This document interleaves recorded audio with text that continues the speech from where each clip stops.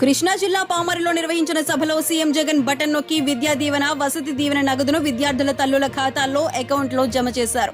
అనంతరం సీఎం జగన్ మాట్లాడారు. మొత్తం 9,44,666 మంది విద్యార్థులకు 708 కోట్ల మేర లబ్ధి కలగనుంది.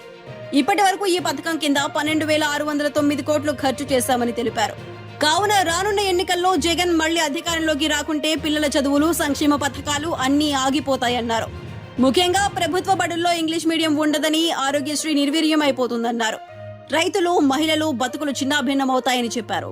పేదల కోసం పోరాడేది జగన్ ఒక్కడేనని, మీ ఇంట్లో మంచి జరిగి ఉంటే జగన్ కు ఓటు వేయాలని కోరారు. చంద్రబాబు చెప్పే అబద్ధాలు నమ్మొద్దని జగన్ పేర్కొన్నారు. వైసీపీ అధికారంలోకి వచ్చిన తర్వాత విద్యార్థులు అంతర్జాతీయ స్థాయిలో అత్యుత్తమంగా ఎదగాలని నాడు నేడు ద్వారా స్కూళ్ల రూపురేఖలు మార్చామన్నారు. ప్రభుత్వం విద్యార్థులకు ట్యాబ్లు ఇస్తే చంద్రబాబు, పవన్ విమర్శిస్తున్నారన్నారు. పెత్తందారుల పిల్లల చేతుల్లో ట్యాబ్లు ఉండొచ్చు, కానీ మీకు ట్యాబ్లు ఇస్తే చెడిపోతారంటూ యాగీ చేస్తున్నారు. పేదల పిల్లలు ఎప్పటికీ పేదలుగానే మిగిలిపోవాలన్న పెత్తందారుల మనస్తత్వం గమనించాలని పిలుపునిచ్చారు. చంద్రబాబు ఏ రోజైనా ప్రభుత్వ బడులను పట్టించుకున్నారా? కనీసం నేను చేసిన పనుల్లో 1% చంద్రబాబు చేశారా అంటూ ప్రశ్నించారు. చంద్రబాబు పేరు చెబితే ఆయన చేసిన చెడు చాలానే ఉందని, మళ్లీ ఇప్పుడు పిల్లలకు మంచి చేస్తున్న మనపై చంద్రబాబు అండ్ కో యుద్ధం చేస్తుందని విమర్శించారు.